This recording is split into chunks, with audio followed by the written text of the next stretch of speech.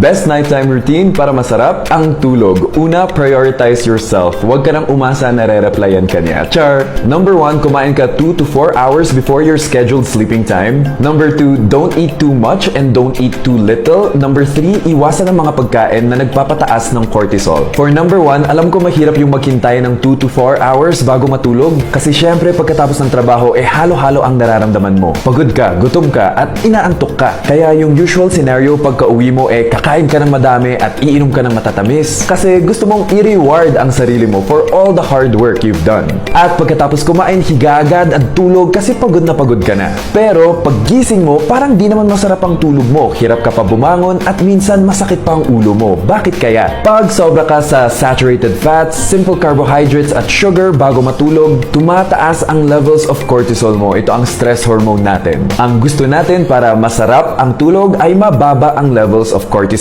at ang dapat mataas ay ang ating melatonin, ang sleeping hormone. Kailangan mo ng 3 hours bago humiga to give your body enough time to digest the food. Kasi pag humiga ka agad, pwede ka magka-acid reflux at mas pinapatagal mo yung digestion mo, which means mas pinapatagal mo na mataas yung levels of cortisol. Pero Doc, nagugutom kasi ako after 2 hours. I suggest you eat a healthy snack, light snack only to satisfy the hunger. I highly recommend grapes bilang bedtime snack kasi natural source ito ng melatonin. Ang problema pag natutulog kang busog na busog ay hindi makukumpleto ang 4 stages of sleep. Kailangan mo makumpleto ang 4 stages na ito para makapag-recover ng maayos ang utak. Kung di mo talaga kaya maghintay ng 3 hours, pwede naman 1 hour and 30 minutes. Manood ka lang ng movie or do something productive. Tapos, pag hihiga ka, humiga ka on your left side para yung laman ng sikmura ay bababa sa bituka at hindi siya aakyat sa esophagus. Importante rin yung amount of food and yung choice of food na kinakain natin. Huwag masyadong konti at huwag rin sobra, yung sakto lang. Pag masyadong busog o pag masyadong gutom, pangit ang quality of sleep. Avoid any food that is processed. Kung magra-rice ka, mag-black, brown, or red rice ka. Pero kung white rice lang ang available, that's okay. You can limit it to half cup to 1 cup of rice only, huwag mag-extra rice. Ang white rice kasi mataas ang glycemic index, ibig sabihin mataas ang conversion nito into sugar sa katawan. Pagdating naman sa iinumin, always choose water.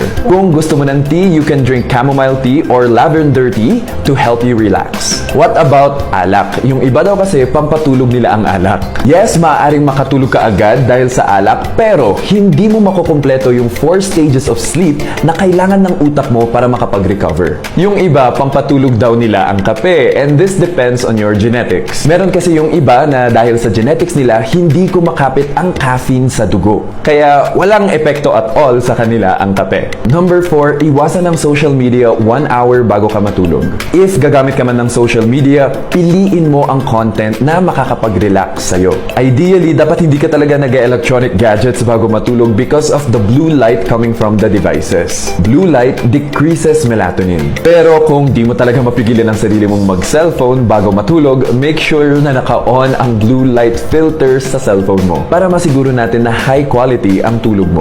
Search mo na lang sa Google kung paano gawin to sa phone mo. At siguraduhin mo na hindi stressful yung content na papanoorin mo bago matulog. Ako personally, nanonood ako ng ASMR videos on my phone bago matulog to help me relax. Number 5, make sure na madilim sa kwarto, dapat walang ilaw na nakasindi. Dahil ang pinaka-trigger ng pag-release ng ating sleeping hormone na melatonin ay darkness. Pero alam ko ng iba ay hindi makatulog na maayos pag sobrang madilim because it can trigger anxiety.